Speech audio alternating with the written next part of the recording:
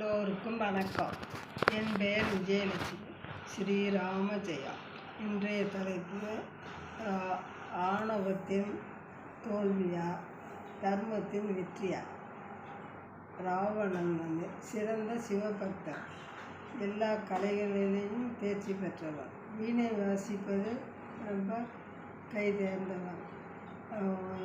சிவனை நோக்கி தவம் இருந்து அவர்கிட்ட மனுஷனால தான் சாவுன்னு வர வாங்கியிருக்கிறதுனால அவன் ரொம்ப ஆணவத்தோட இதாக இருக்கான். தேவர்களெல்லாம் துன்புறுத்துகிறான், யார் சொல்லையும் கேட்கறதில்ல.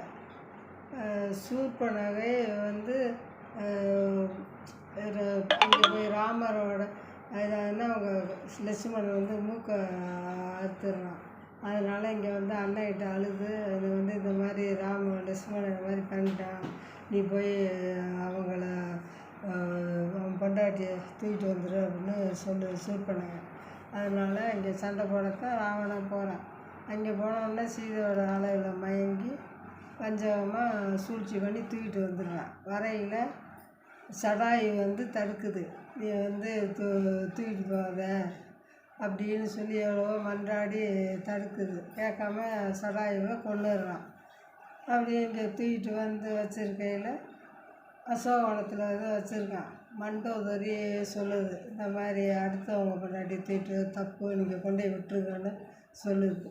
இல்லை அதெல்லாம் தலையிடாத அப்படின்னா விபீஷணன் சொல்கிறாரு, அதெல்லாம் அண்ணா நீ இது மாதிரி செய்யாத, கொண்டே விட்டுரு அப்படின்னு சொன்னாலும் அந்த ஆணவத்தினுடைய இதனால் கேட்காம தெரிய வச்சு சீதைக்கு சாப்பாடு தண்ணி எதுவும் கொடுக்காம அதை கல்யாணம் பண்ணிக்கணும், நீ தான் இப்போ அரண்மனை அரியணையில் உட்காரணும் அப்படின்னு சொல்லிட்டு வந்துட்டான். எவ்வளவோ சொல்லி கேட்கணும்.